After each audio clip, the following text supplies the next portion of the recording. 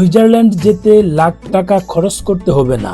পাশের দেশ ভারতেই রয়েছে পৃথিবীর স্বর্গ অন্বেষণের জন্য কাশ্মীরের এমন পর্যটন স্পট।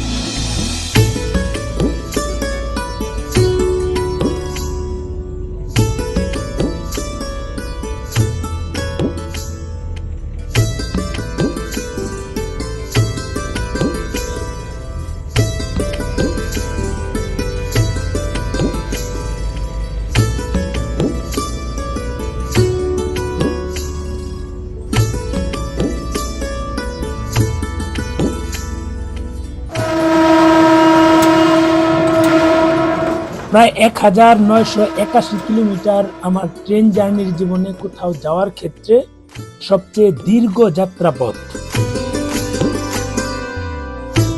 দীর্ঘ 45 ঘন্টার এই যাত্রাপথে কোথাও ধুধু জনমানব শূন্য প্রান্তর, কোথাও বিস্তীর্ণ বনভূমি, কোথাও আবার শহরে মানুষগুলোর সড়ক পথে অবিরাম ছুটে চলা।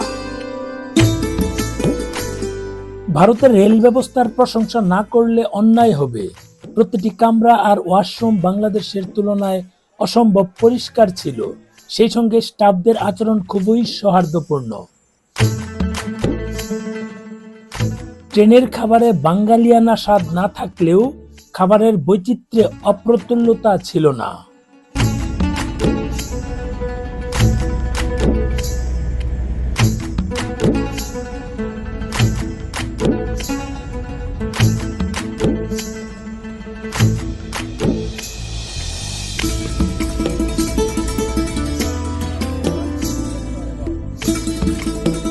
মূলত ভ্রমণকে কাজের অজুহাত না দেখিয়ে বরং কাজকে ভ্রমণের অজুহাত দেখিয়ে কোনো এক অজানার পথে বেরিয়ে যান।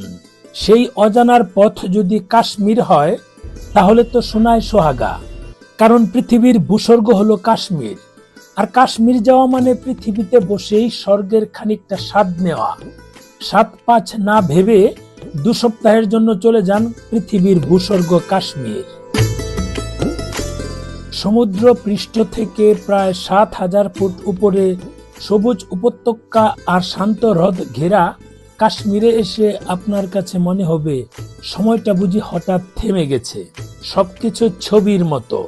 কোটি কোটি বন ফুলে ঢাকা উপত্যকায় ছুটে বেড়ানো ঘোড়ার দল, পাইন গাছ, বার্চ গাছের সারি, নীল আকাশে মাথা গুঁজে থাকা পর্বত জুড়ে মেঘের খেলা, সেখান থেকে নেমে আসা দুরন্ত ঝর্ণার নাচ, পর্বতমালার ভেতর দিয়ে এঁকে বেঁকে চলা রাস্তা, কখনো মাটি থেকে হাজার হাজার ফুট উপরে, কখনো বা ডাল বেয়ে শটার নিচে, কখনো ঘুটঘুটে অন্ধকার সুড়ঙ্গের ভেতরে, আবার কখনো রাস্তার ধারালো বাঁকে গভীর গিরিখাদের নিচে উন্মুক্ত পাহাড়ি নদী। সব মিলিয়ে যেন একটা স্বপ্ন দেখার মতো অভিজ্ঞতা।